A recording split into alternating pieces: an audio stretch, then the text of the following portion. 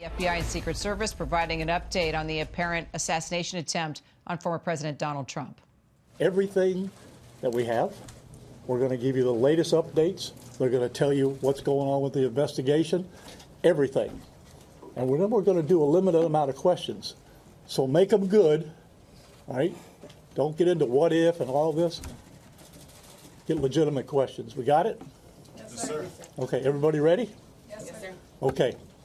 We're here today to give an update on the investigation in regards to the incident at Trump International. With me is the U.S. Attorney, the FBI, and the Secret Service. Just to give you a little information, as you well know, the road down there on Summit is still blocked off. It will be blocked off probably for the remainder of today and probably a good portion of tomorrow, until some of the investigative things need to be done and finished. But we're accommodating people in and out, getting them to the library, getting them to the post office, so the public is not going to be that far inconvenienced. The security level at Mar-a-Lago is the highest it can possibly be now. The road closures are back in place and will remain there. The checkpoints are in place. And my commitment to the Secret Service is to give them every possible resource from PBSO. Once they determine the level of security that they need, they will get all the resources possible. So having said that, I'll let you talk to the U.S. Attorney. Thank you, Sheriff.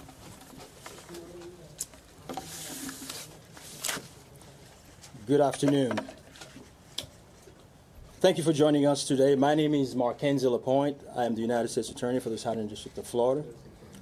I want to start by expressing my deep gratitude to Sheriff Rick Bradshaw of Palm Beach County Sheriff's Office for hosting today's press conference and for his department's assistance with this matter. I'm truly grateful for your leadership, sir.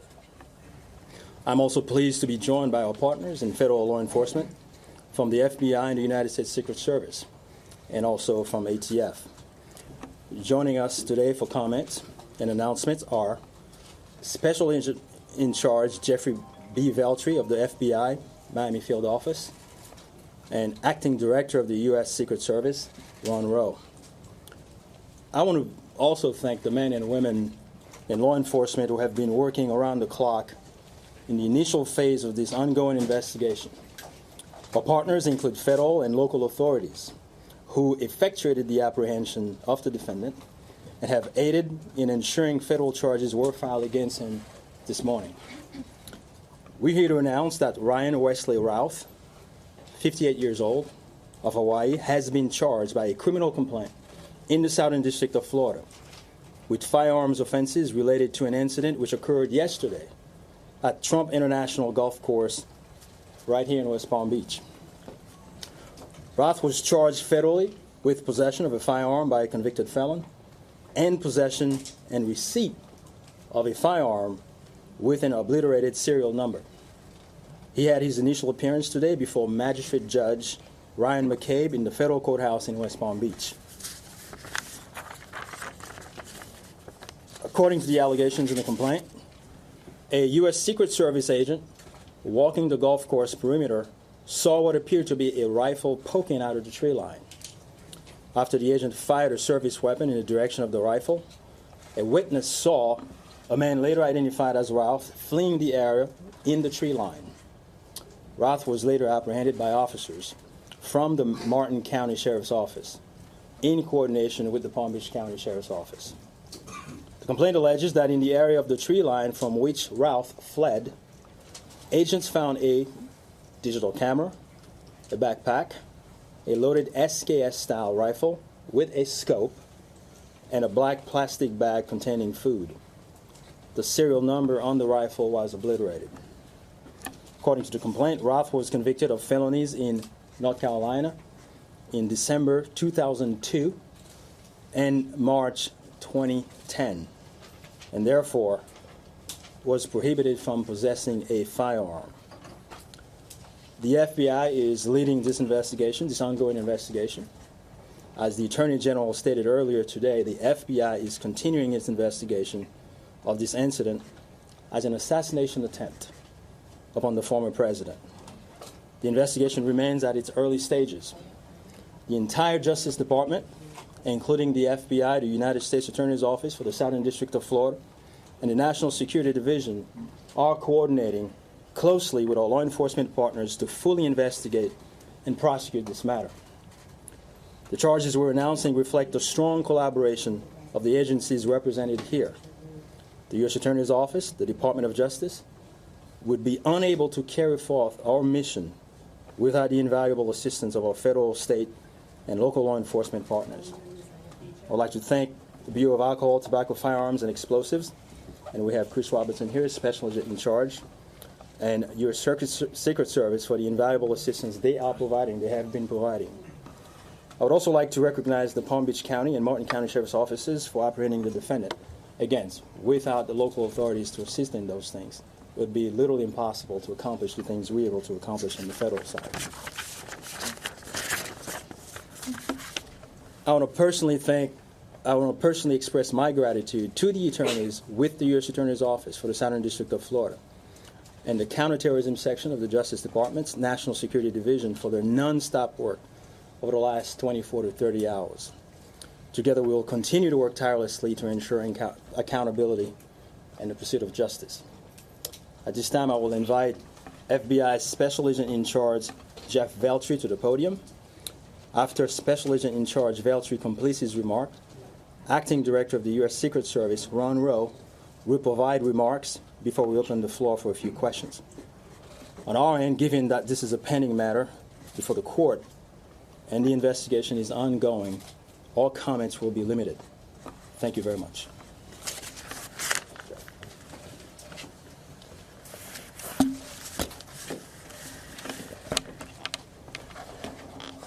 Good afternoon. For a quick introduction, my name is Jeffrey Veltri, FBI Special Agent in Charge for the Miami Field Office. The FBI immediately responded to the scene here in West Palm Beach, Florida, and we are investigating this matter as an apparent assassination attempt of former President Trump. We view this as extremely serious and are determined to provide answers as to what led up to the events which took place. I want to emphasize we're just a little over 24 hours into this investigation, so we're going to provide as much as we can publicly while our investigation is still ongoing. We must also stress that the United States Attorney's Office is pursuing charges, and that limits some of the details that we can discuss publicly. Yesterday afternoon, Martin County Sheriff's Office took custody of Ryan Routh, and he was transported back to Palm Beach County Sheriff's Office. Our FBI agents then attempted to interview him, and he invoked his right to an attorney. In the last 24 hours, the FBI and our partners have been dedicated to investigating the incident and utilizing all available resources. These efforts have included our investigative team and the United States Attorney's Office for the Southern District of Florida, in conjunction with DOJ's National Security Division, are actively working hand in hand to pursue and subsequently execute search warrants. Thus far, the warrants include a video recording device, subjects' cellular devices, a vehicle, and other electronic devices located at previous known addresses. We are coordinating with the United States Secret Service to complete numerous interviews of agents on scene. We have also interviewed 7 civilian witnesses at the scene, and that is just the beginning. Our FBI's Honolulu and Charlotte field offices have initiated interviews of several family members, friends, and former colleagues of the subject. FBI has deployed several specialty teams and assets from FBI headquarters and our lab division in Quantico to include evidence and critical incident response personnel.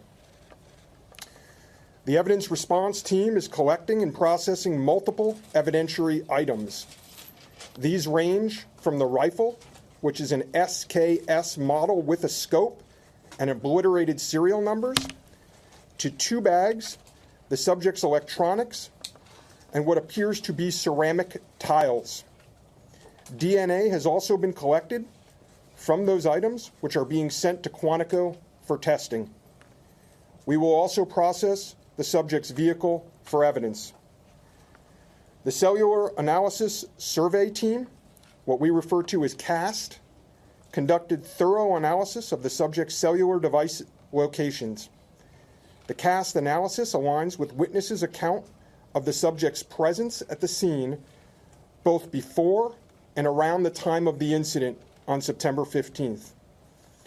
More specifically, we're continuing to conduct analysis and will be compiling the subject's movements in the days and months leading up to September 15th.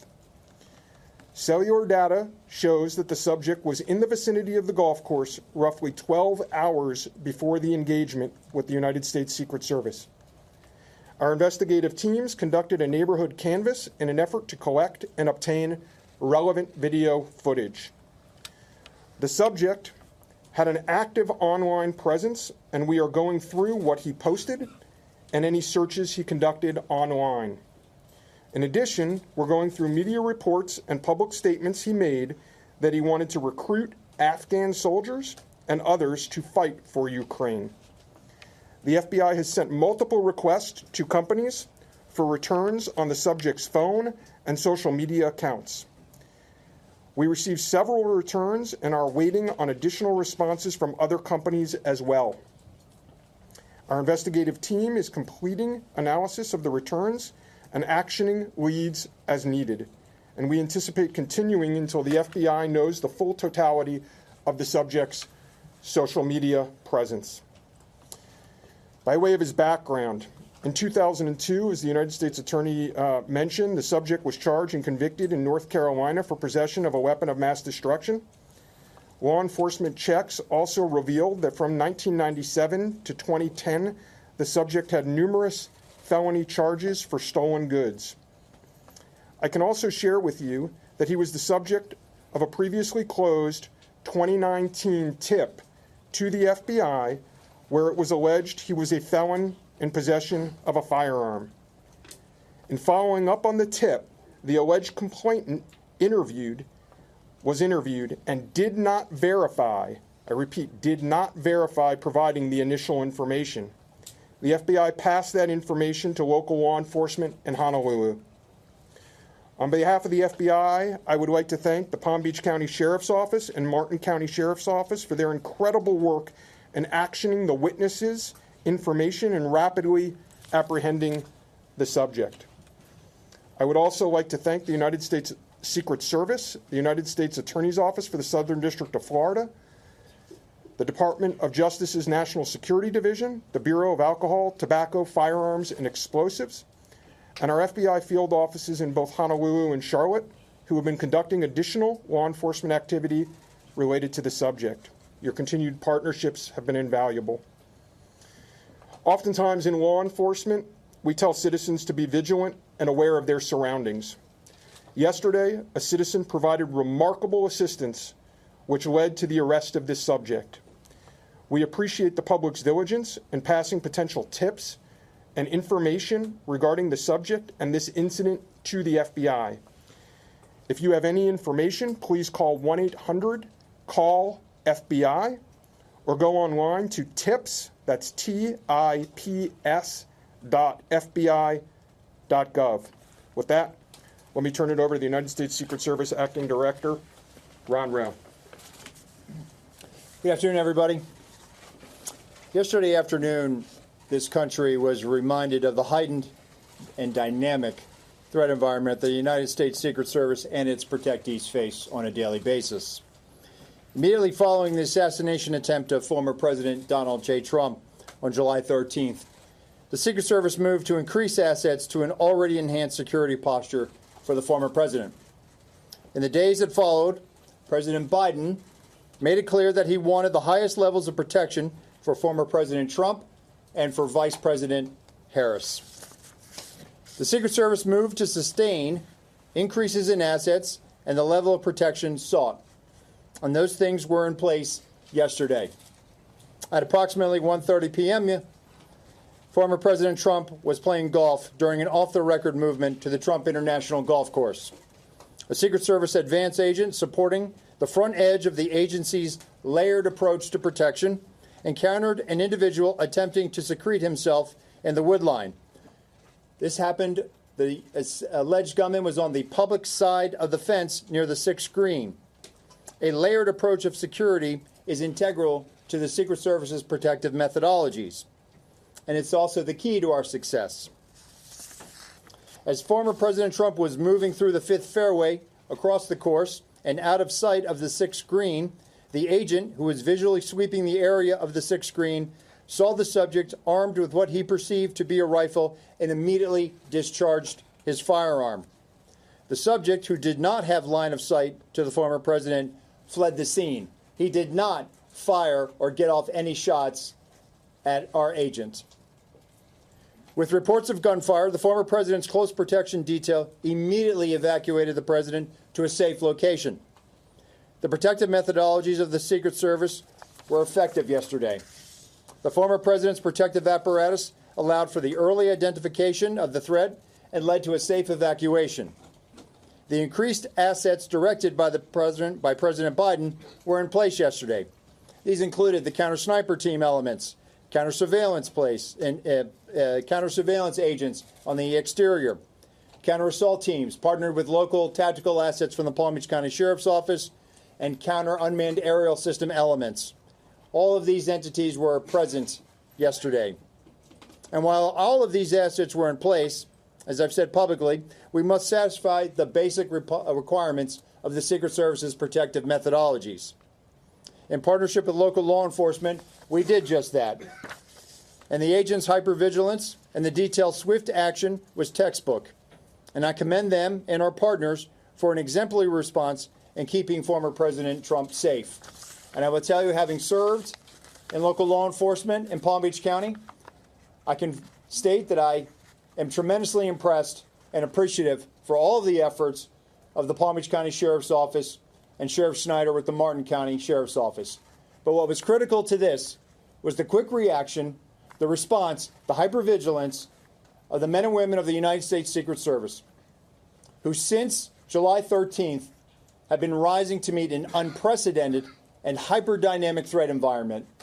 And they are rising to this moment, and I could not be more proud of them and the way they have executed, not only yesterday, but what they're doing today and what they are doing tomorrow and what they will always do because it is their duty. Thank you. Okay. All right. Well, go slow here, folks. All right. Don't everybody do it at once. Ask who you want to answer the question, and then give the question. I have a question for you, Director. Yes, ma'am. Is there any evidence to suggest that the suspect knew that Donald Trump would be on the golf course at that time? And was the golf course searched thoroughly before the former president's arrival? So at this time, it was an off-the-record movement, meaning it was not on the former president's official schedule. And what I go back to is the layered approach. The elements and the methodologies of the Secret Service. There was a front element. It did its job in sweeping ahead of the president. That's what identified this individual who was in that wood line. And the swift action of that agent doing his job, pushing out ahead, sweeping while the president was behind him several hundred yards and several holes away, out of sight from the gunman, did his job. And that was what alerted the detail, and the swift action is what triggered that. On the first question, was there any evidence to suggest that the suspect knew that Donald Trump was going to be on that golf course at that time? Based on what I know now, and it's an active investigation, I don't have any information on that. Gary Parker. How many times did your agents go around the perimeter and scope out the golf course during the 12 hours that this guy was holed up in the shrubbery? So this was an off-the-record movement. It wasn't a site that was on his scheduled. It wasn't part of his schedule. So there was no posting up of it because he wasn't supposed to have gone there in the first place. Garrett Haig. Have you briefed former President Trump on your findings so far, and has his campaign asked for any changes in his security going forward after yesterday? So, over here. Sorry. So I've had a conversation with the former president. We've explained and we've worked with the campaign. The president is aware that he has highest levels of protection that the Secret Service is providing him. Reaction to what we saw yesterday? We constantly evaluate based on threat. And yesterday what we show is that our agents and our protective methodologies, and there's a lot of tactical assets in place, things that have been put in place as a result of what happened 60 days ago, those elements are working, and that demonstrates the redundancies that we have. And so we constantly evaluate. We'll of course, look at this and see what lessons learned from it. But as of right now, we are constantly evaluating that threat. And if we need to ratchet up additionally, we will. Yes, sir. Do we know when Routh arrived in Florida in general, when he arrived in Palm Beach, the area? That's a question probably for the Specifically, and FBI. if he's been at the golf course prior to this scoping it out. We're in the process of collecting a lot of evidence, and that will be part of that investigation to determine his whereabouts going back quite some time. Do you have any detail on where he might have gotten the gun? That's part of the investigation as well. Again, that's going to be a little bit challenged until we're able to determine the serial number on that gun. So we're hopeful to be able to do that. We're still looking into that. The sheriff mentioned about the highest level of protection, that they would lock down the golf course. Was that a miscommunication then, being that President Biden ordered the highest level of protection? Do you want to take this, Sheriff? Go ahead. Okay. So here's the deal. When it comes to Secret Service protection, we provide the highest level. So, for example, yesterday, counter-assault team elements. I'm not going to go into the number of personnel that we have out there, but we have the highest levels from Secret Service. When we work with the Palm Beach County Sheriff's Office, like, for example, yesterday, during that emergency action response, we had their local tactical team assets partner with our local tactical team assets. We had their helicopter up in the air, providing us 360 and situational awareness of the overhead for if there were any potential threats coming at us. So what we did yesterday was exercise our emergency plan based on the number of tactical assets and the highest level of protection that we are providing.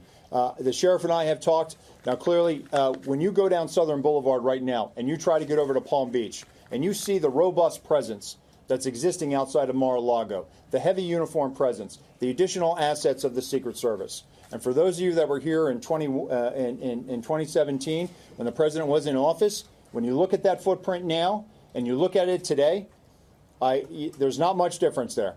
There is heavy uniform presence out there. And again, what I go back to is yesterday was an off-the-record movement. Off the record.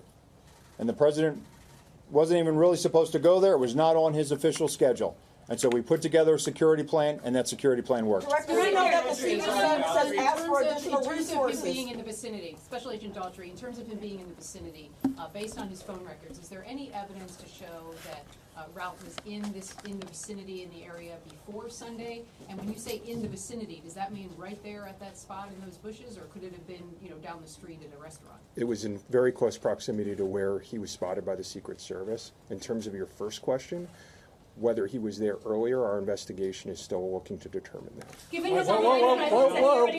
Whoa. We're going to do two more. You get one. Thank you. All right? Only two more. You get one. Okay. We understand that the Secret Service has asked Congress for additional resources since the Butler rally. Have you received those resources yet? So thank you for that question. So we are working. Look, the Secret Service operates under a paradox of zero-fail mission, but also that we have done more with less for decades. And this goes back many decades, right? What I can tell you is that we have immediate needs right now, and we have great support, not only from President Biden, and you saw his public statement today, where he said that, he's going to direct his staff to make sure that the Secret Service has the resources it needs. We're having fantastic conversations with members of Congress. I've been up to the Hill last week. We are continuing to have those conversations, but the long and short of it is this. Coming out of Butler, I have ordered a paradigm shift. The Secret Service's protective methodologies work, and they are sound, and we saw that yesterday. But the way we are positioned right now in this dynamic threat environment, it has given me guidance to say, you know what, we need to look at what our protective methodology is. We need to get out of a reactive model and get to a readiness model. There could be another geopolitical event that could put the United States into a kinetic conflict or some other issue that may result in additional responsibilities and protectees of the United States Secret Service. And so we are working, we are making information available to all of our partners. And I just want to say that the commitment of Congress to the Secret Service throughout the years has been tremendous. And we will continue to work with them and Secretary Mayorkas, whose support in making sure that we're getting what we need has been phenomenal. He is one of our biggest champions and our advocate. And so we're having these conversations, and I feel confident that we will get what we need. We have immediate needs. We have future needs, too. I need to make sure that our counter snipers are the best trained counter snipers in the world, that they are exactly doing what we need them to do, and that they match counterparts in the military and Tier 1 forces. And right now, we are working with Congress to make sure that we get those for our training facility. We also have a necessary need to make sure that we're getting the personnel that we have. And that requires us to be able to have the funding to be able to hire more people. You can't just give me money and say, hey, we're going to make sure that everybody gets overtime. Because the men and women of the Secret Service right now, we are redlining them. And they are rising to this moment, and they are meeting the challenges right now. And if you look back at their body of work over the last 60 days, the Republican National Convention in Milwaukee, the Republican National Convention in Chicago, a visit of Prime Minister Netanyahu to Washington, D.C., and to West Palm Beach, which Palm Beach County Sheriff's Office supported. And then we go into the presidential debate in Philadelphia last week. And for those in the media that have been to a national special security event, if you saw the National Constitution Center last week, what you saw was pretty much a mini national special security event with the number of assets that were on that perimeter. And so our folks are rising to this moment, but it requires all of us to be able to have good conversations and make sure that we're getting the Secret Service where it needs to be. And I'm confident that we will achieve that because we don't have an alternative. Success, we have to have it every day. We cannot have failures. And in order to do that, we're going to have some hard conversations with Congress, and we're going to achieve that. Last question, one more. The special agent in charge of the FBI, Yes, sir. did he act alone? Did he have some kind of help? At this point, we're still exploring that, investigating that. Our investigation will determine that. We do not have information that he's been acting with anyone else at present. Do we know how long he's been in Florida when he arrived? Oh, you snuck one in there. At this point, Our investigation is still determining that. Thank Did you. anyone see him? All right. How was he able to Anyhow, get away? that's it. We're not going to do any more. All right, you got a lot of information there. The last thing I will tell you is, like the director of the Secret Service says, you know, the president called me last night, President Trump. He thanked me for everything that we did along with the Secret Service. He knows we work great together, and he feels safe. That's important because he is. And what we did yesterday proves that the system can work because the suspect didn't even get close to getting a round off, and we apprehended him and brought him to justice. did the president So say we're anything very, very proud of that. Thank you, folks, for being here. I appreciate it.